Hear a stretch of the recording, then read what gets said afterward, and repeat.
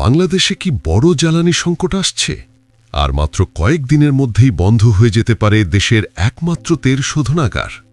হ্যাঁ, আমি বলছি ইস্টার্ন রিফাইনারি লিমিটেড ইআরএল এর কথা, যেখানে প্রতিদিন হাজার হাজার টন অপরিশোধিত তেল পরিশোধন করা হয়।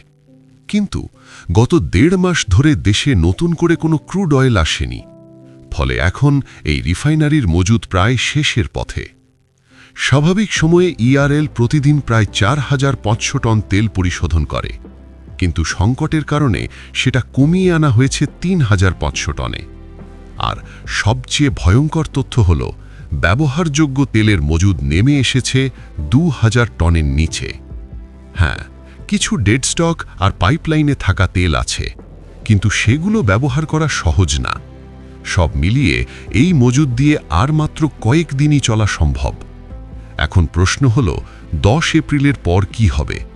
কারণ এই সময়ের মধ্যে নতুন কোনো তেল দেশে পৌঁছানোর সম্ভাবনা খুবই কম।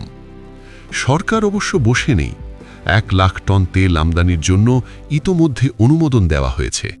যদি সব ঠিক থাকে তাহলে 15 এপ্রিলের মধ্যে তেলবাহী জাহাজ দেশে পৌঁছতে পারে।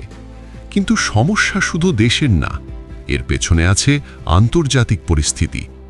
ইরান যুদ্ধের কারণে বিশ্বের অন্যতম গুরুত্বপূর্ণ রুট হরমুজ প্রণালী আংশিকভাবে বন্ধ হয়ে গেছে। এই পথ দিয়েই বিশ্বের প্রায় 1/5 তেল পরিবহন হয়। এটা বন্ধ হওয়ায় পুরো সাপ্লাই চেনেই ধাক্কা লেগেছে। তবে কিছুটা স্বস্তির খবরও আছে। বাংলাদেশের 6টি তেলবাহী জাহাজকে ইতোমধ্যে পারাপারের অনুমতি দেওয়া হয়েছে। আর সবচেয়ে গুরুত্বপূর্ণ প্রশ্ন, দেশে কি জ্বালানি সংকট হবে? বিশেষজ্ঞরা বলছেন, তাৎক্ষণিকভাবে বড় কোনো সংকট হওয়ার সম্ভাবনা কম। কারণ দেশের মোট চাহিদার মাত্র 20% আসে ইআরএল থেকে। কিন্তু এই ঘটনা একটা বড় সতর্ক সংকেত। কারণ ভবিষ্যতে যদি এমন পরিস্থিতি আবার তৈরি হয়, তাহলে দেশের জ্বালানি নিরাপত্তা বড় ঝুঁকিতে পড়তে পারে।